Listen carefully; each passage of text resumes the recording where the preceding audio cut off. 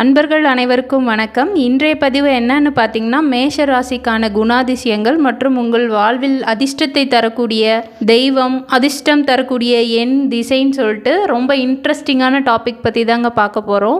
இது கண்டிப்பாக உங்களுக்கு ரொம்ப பயனுள்ளதாக இருக்கும். உங்களை நீங்களே கண்ணாடி முன்னாடி நின்று உங்களை நீங்களே பார்த்துக்கிற மாதிரி ஒரு பதிவு தாங்க இது. ரொம்ப இன்ட்ரெஸ்டிங்கான டாபிக். ஸோ கண்டிப்பாக ஸ்கிப் பண்ணாமல் பாருங்கள். இந்த பதிவு உங்களுக்கு ரொம்பவே பிடிக்கும். அதுக்கு முன்னாடி நம்ம விஸ்வகுரு சேனலை சப்ஸ்கிரைப் பண்ணாமல் இருந்தால் அப்படியே சப்ஸ்கிரைப் பண்ணிக்கோங்க. அப்படியே பக்கத்தில் இருக்க பெல் ஐக்கானையும் கிளிக் பண்ணிக்கோங்க. அப்போ தான் நம்ம போடுற பதிவு அடுத்தடுத்து உங்களுக்கு வருங்க.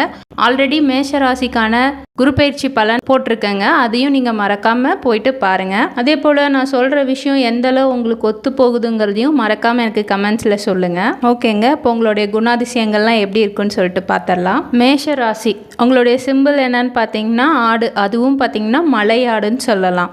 அடுத்து உங்களுடைய ராசிநாதன் யாருன்னு பார்த்தீங்களா, செவ்வாய் பகவான். செவ்வாய் யாருன்னு பார்த்தீங்களா, நம்மளுடைய முருகப்பெருமான் தான் செவ்வாய் பகவான்னு சொல்லுவோம். அடுத்து பார்த்தீங்கன்னா நீங்கள் ஒரு ஆண் ராசி. பஞ்சபூத தத்துவத்தின் அடிப்படையில் பார்த்தீங்கன்னா இது ஒரு நெருப்பு ராசிங்க. இதெல்லாம் வச்சு பார்க்கும் போதே உங்களுடைய கேரக்டர் பற்றி அழகாக ஈஸியாக சொல்லிடலாம். உங்களுடைய உடல் அமைப்பு, உடல் வாகு எப்படி இருக்குன்னு பார்த்தீங்களா, நீங்கள் ஒரு நல்ல ஹைட்டான பர்சனாக இருப்பீங்க.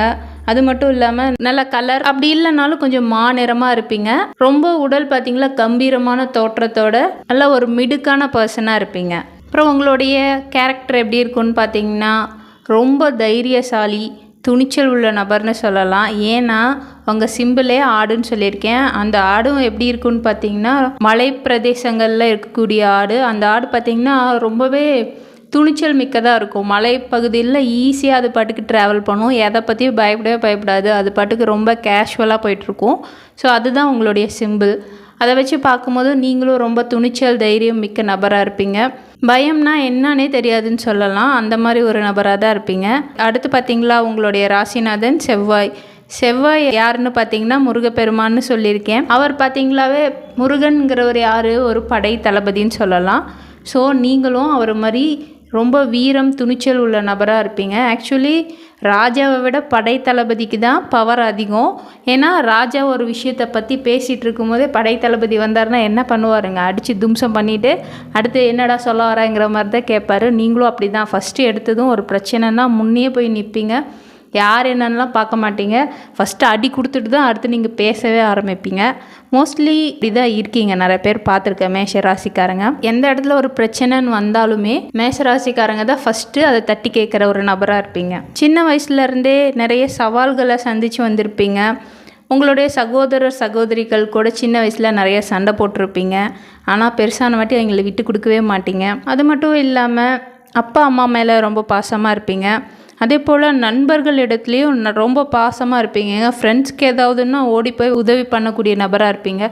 நாடோடி படத்துலலாம் பார்த்தீங்களா, சசிகுமார் சார்லாம் பயங்கரமாக சண்டை போட்டு ஒரு ஃப்ரெண்டுக்கு ஒரு பிரச்சனைன்னொன்னே தன்னுடைய உயிரை கொடுத்து காப்பாற்றுற மாதிரி காப்பாற்றுவார் இல்லைங்களா, அந்த மாதிரி தான் நீங்களும் இருப்பீங்க.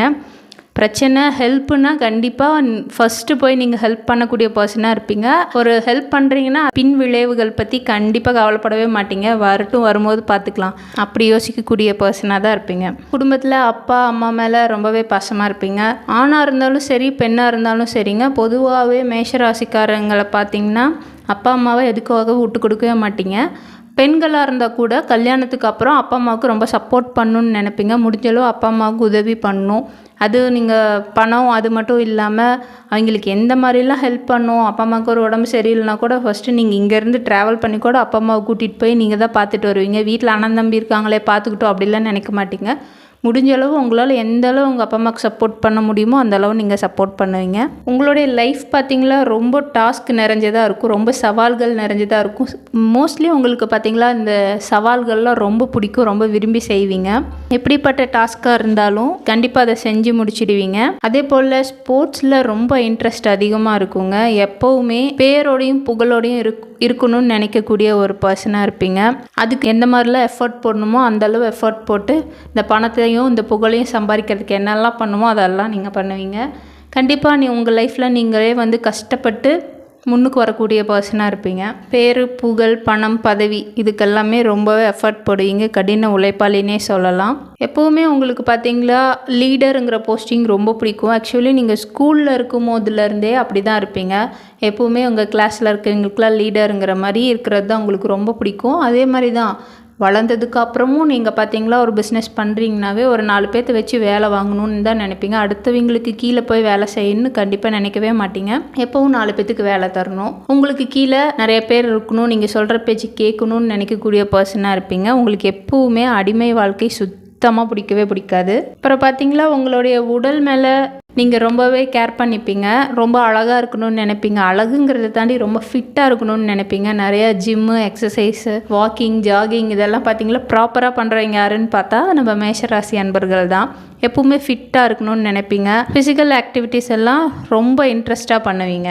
ஸோ நீங்கள் இந்த மாதிரி உடம்பு மேலே ரொம்ப கான்சென்ட்ரேட் பண்ணுறதுனாலேயே மோஸ்ட்லி பார்த்தீங்களா உங்களுக்கு இம்யூனிட்டி பவர் அதிகமாக இருக்குங்க. எந்த ஒரு வியாதியும் சீக்கிரம் உங்களை நெருங்காதுன்னே சொல்லலாம். அப்படியே ஏதாவது வியாதி வந்துட்டாலும் உங்களை பார்த்து அது தலை தெறிக்க ஓடிடும். ஏன்னா ஒரு வியாதி வந்துட்டு ஒரு சளி காய்ச்சல்னே இருந்துச்சுன்னா கூட நீங்கள் இன்றைக்கி நைட்டு சளி காய்ச்சலோடு படுக்கிறீங்க, அடுத்த நாள் பார்த்திங்கன்னா அந்த சளியும் காய்ச்சலும் அப்படியே தான் இருக்கும். ஆனால் அதை நீங்கள் பொருட்படுத்தவே மாட்டீங்க. சரி நான் ஆஃபீஸ் கிளம்புறேன், வேலைக்கு கிளம்புறேன்னு சொல்லிட்டு நீங்கள் பாட்டுக்கு குளிச்சுட்டு ரெடியாகி கிளம்பி போயிடுவீங்க.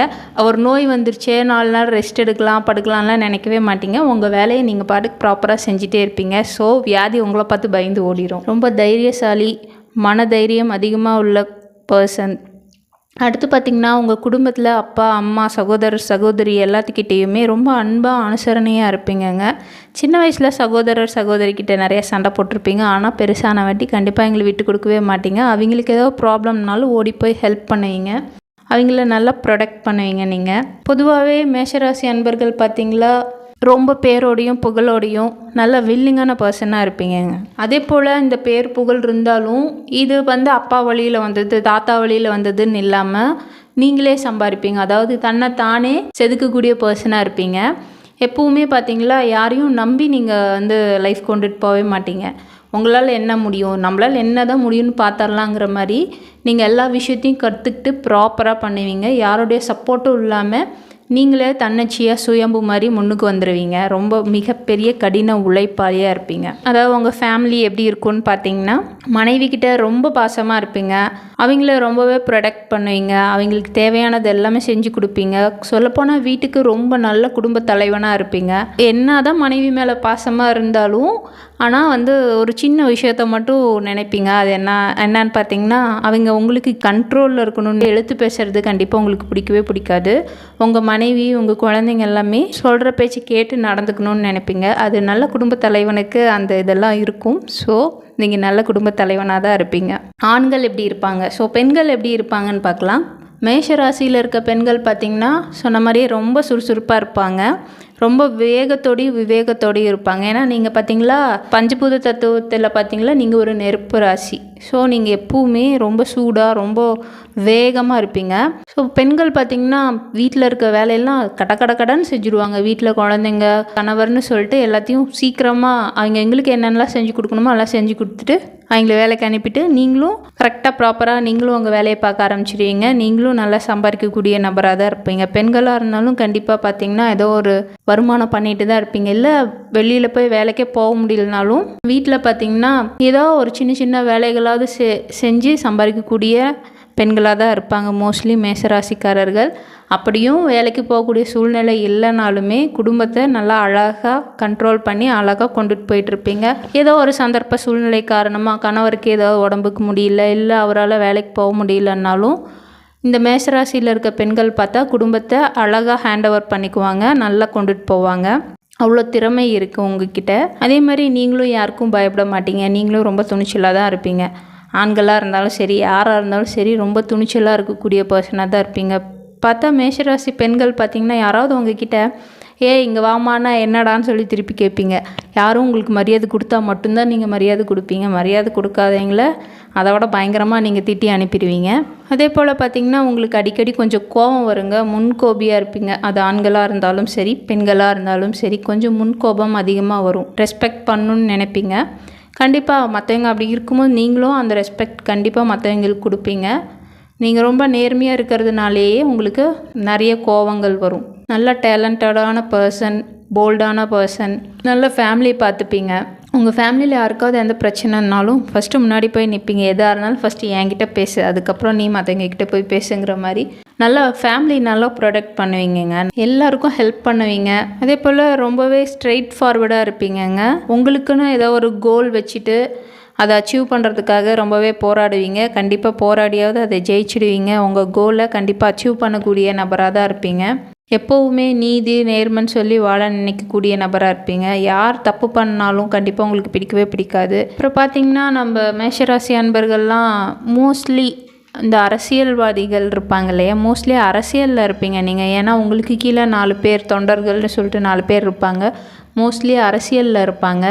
அப்புறம் பார்த்திங்களா ரொம்ப ரிஸ்க்கான வேலையில் நீங்கள் பாட்டுக்கு ஈஸியாக செஞ்சுட்டு வருவீங்க. ரிஸ்க்கான வேலைன்னா என்னென்னு பார்த்தீங்கன்னா இந்த தீயணைப்பு துறையில் இருக்கிறது, போலீஸ் சர்வீஸில் இருக்கிறது, அப்புறம் இராணுவத்தில் இருக்கிறது, இந்த மாதிரி ரொம்ப ரிஸ்க். அடுத்தவங்களா எந்த ஒரு வேலையாக இருந்தாலும் அடுத்தவங்க பார்த்து செய்ய பயப்படக்கூடிய வேலையை நீங்கள் ஈஸியாக அசால்ட்டாக செஞ்சுட்டு வருவீங்க. அந்த மாதிரி ஒரு நபராக தான் இருப்பீங்க. ரிஸ்க் எடுக்கிறதுலாம் எனக்கு ரிஸ்க் சாப்பிட்ற மாதிரிங்கிற மாதிரி ஈஸியாக எதுக்குமே பயப்பட மாட்டீங்க. எல்லாத்தையும் அசால்ட்டாக செஞ்சுடுவீங்க. உங்ககிட்ட பார்த்திங்களா கொஞ்சம் முரட்டுத்தனம் ஜாஸ்தியாகவே இருக்குங்க. ஏன்னா செவ்வாய் உங்களுடைய ராசிநாதன் செவ்வாய். ஸோ அந்த மாதிரி இருக்கிறது அது நேச்சர், அப்படி தான் இருப்பீங்க. அப்புறம் பார்த்திங்கன்னா யார்கிட்டையும் வளைஞ்சு கொடுத்து போகிறது, யாருக்கும் ஃப்ளெக்சிபிளாக இருக்க மாட்டீங்க.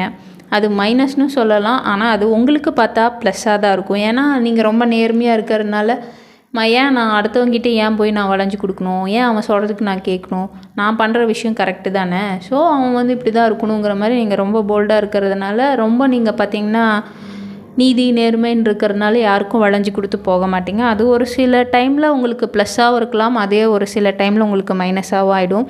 ஸோ இந்த மாதிரி கேரக்டர்ஸ்லாம் இருக்கிறதுனால என்ன ஆகுனா உங்களுக்கு கொஞ்சம் எதிரி தொல்லை அதிகமாகவே இருக்குன்னு சொல்லலாம்.